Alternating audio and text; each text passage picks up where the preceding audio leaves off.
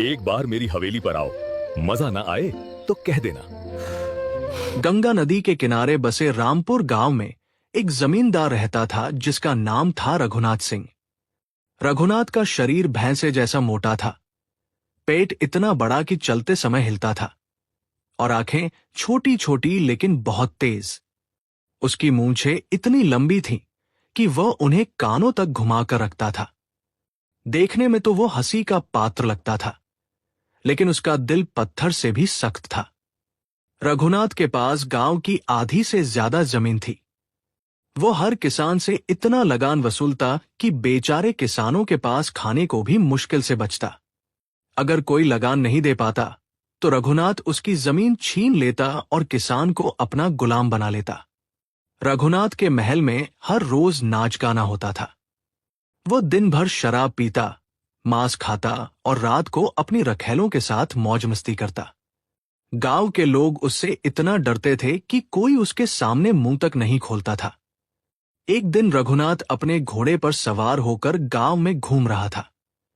तभी उसकी नजर एक लड़की पर पड़ी जो कुएं से पानी भर रही थी। लड़की का नाम मीरा था। मीरा की उम्र 18 साल थी। उसका चेहरा चांद जैसा गोल और चमकदार था। आंखें हिरनी जैसी बड़ी बड़ी और बाल इतने लंबे कि कमर से नीचे तक आते थे। उसने साधारण सी मैली साड़ी पहनी हुई थी, लेकिन फिर भी वो किसी राजकुमारी से कम नहीं लग रही थी। रघुनाथ ने घोड़े को रोका और मीरा को घूरने लगा। उसकी नजरें मीरा के पूरे शरीर पर घूम रही थी। मीरा को बुरा लगा। उसने मटका उठाया और जल्दी से अपने घर की ओर चल दी।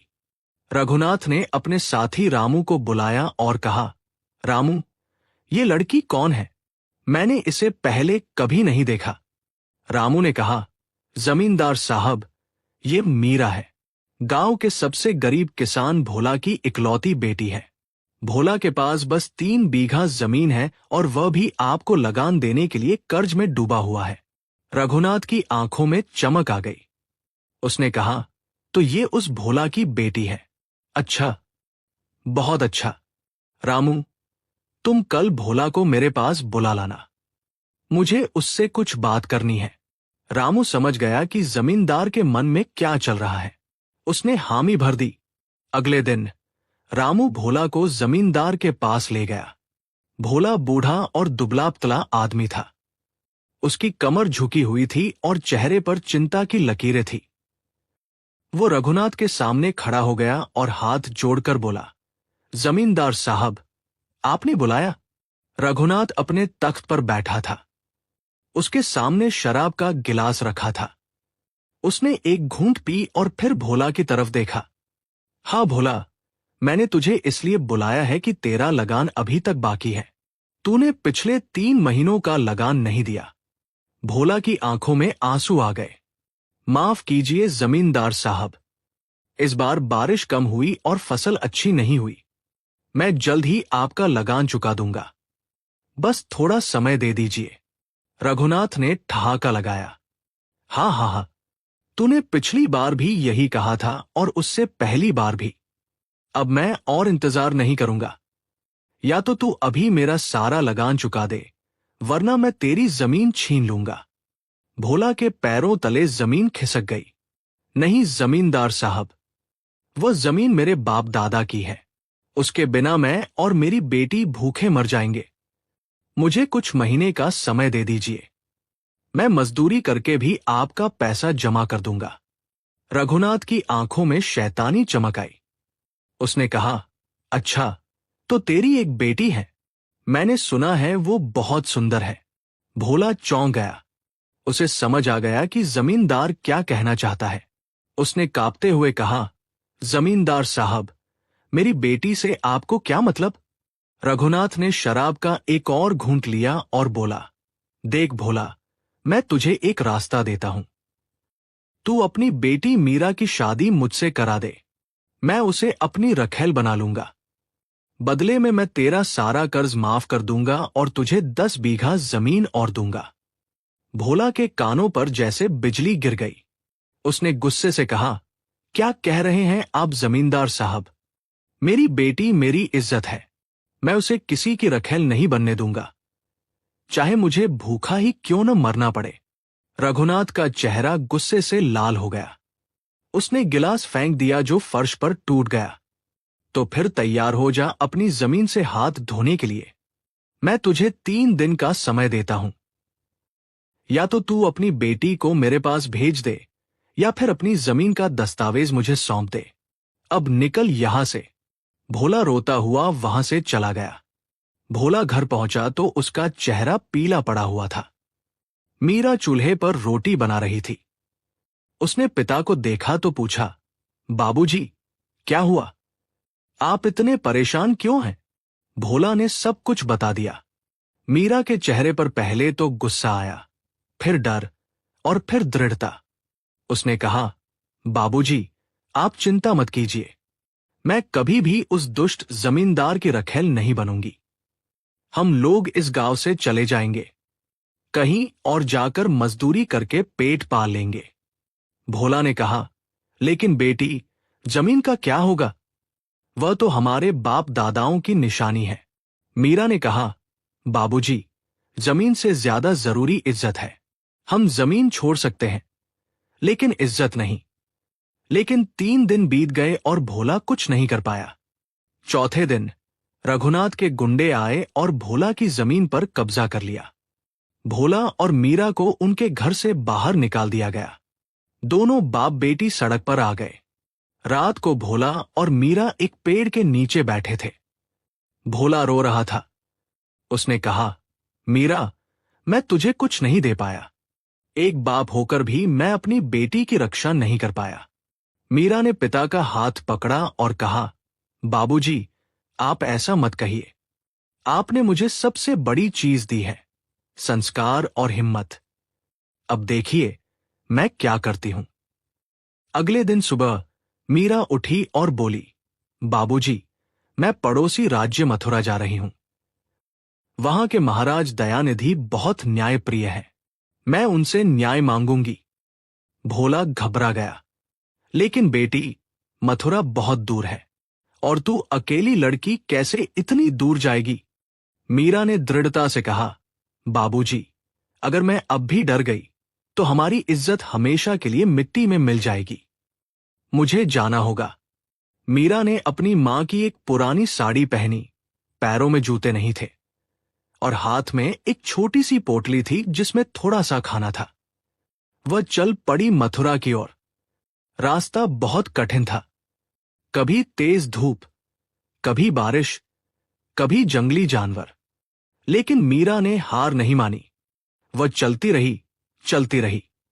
रात को वो पेड़ों के नीचे सोती और सुबह फिर चल पड़ती।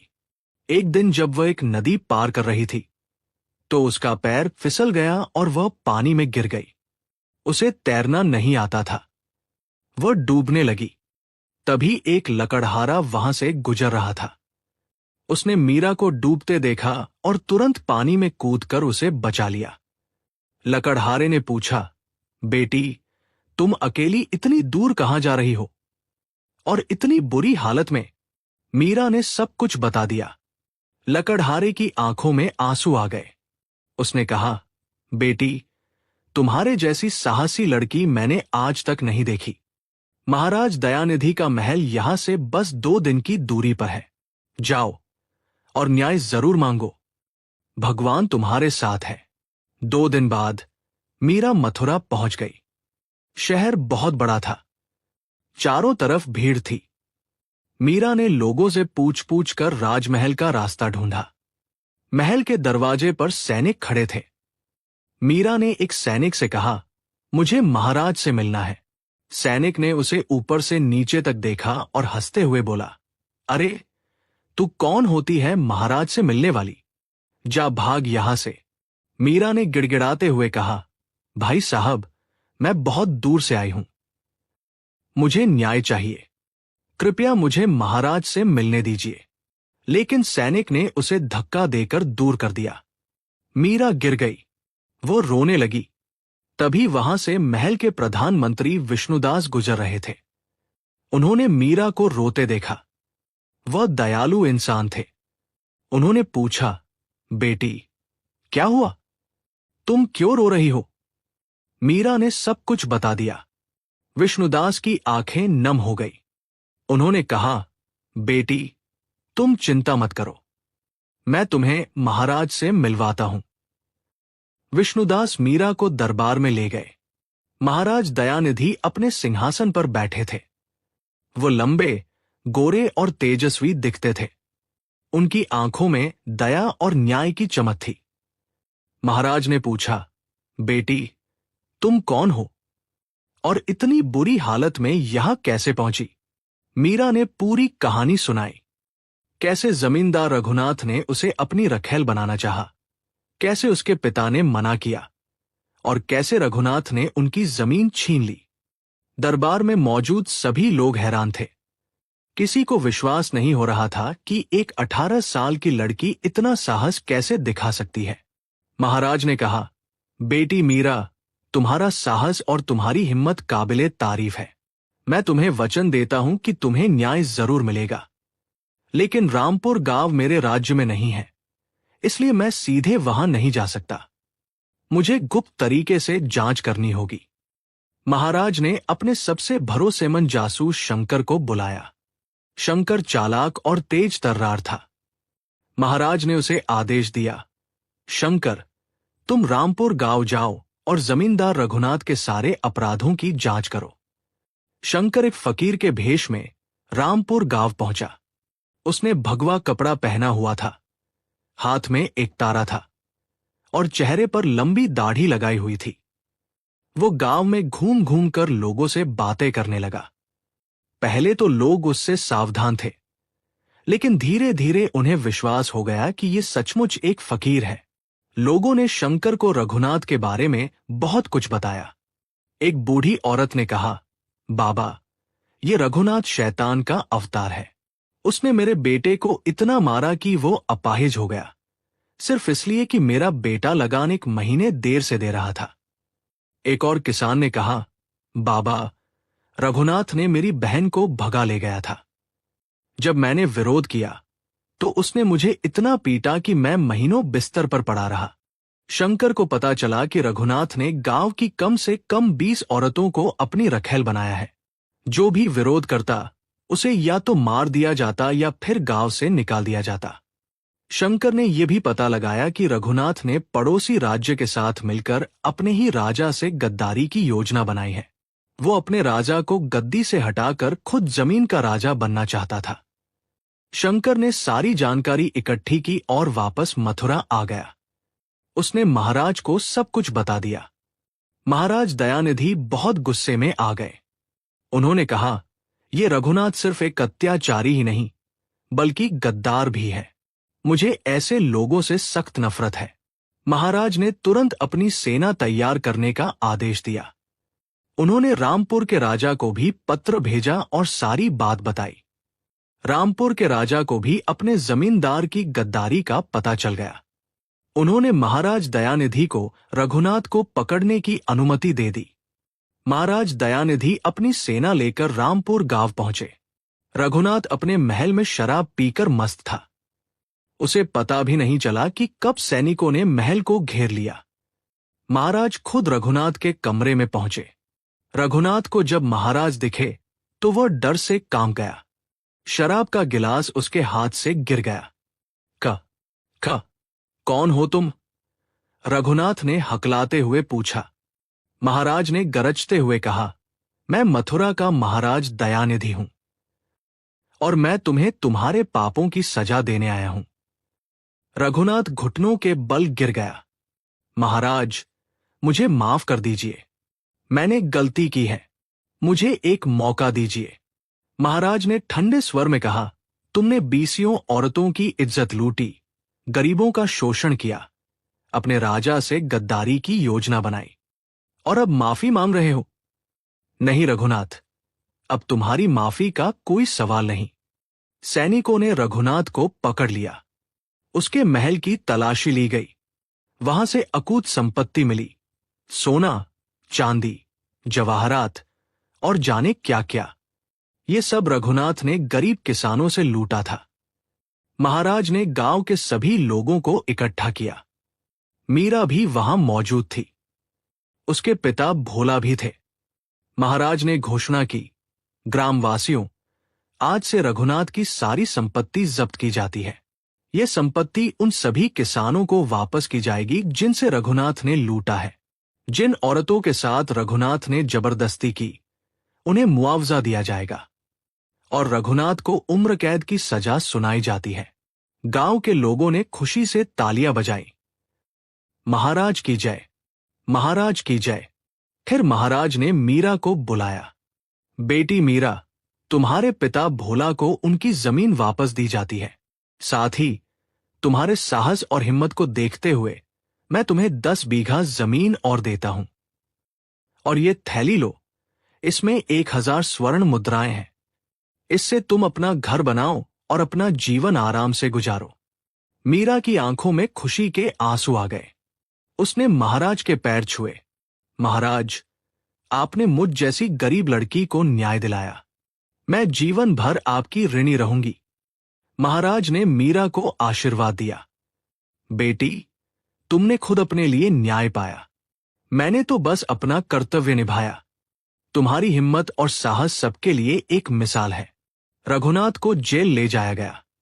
उसे रोज पत्थर तोड़ने पड़ते, सफाई करनी पड़ती और कठिन परिश्रम करना पड़ता। वो रोज अपने किए पर पछताता, लेकिन अब बहुत देर हो चुकी थी। मीरा और भोला ने अपना नया घर बनाया। मीरा ने गांव की लड़कियों के लिए एक पाठशाला खोली। वो उन्हें पढ़ाती और उन्हें हिम्मत और आत्मनिर्भर बनने की सीख देती। एक दिन एक युवक मीरा के घर आया।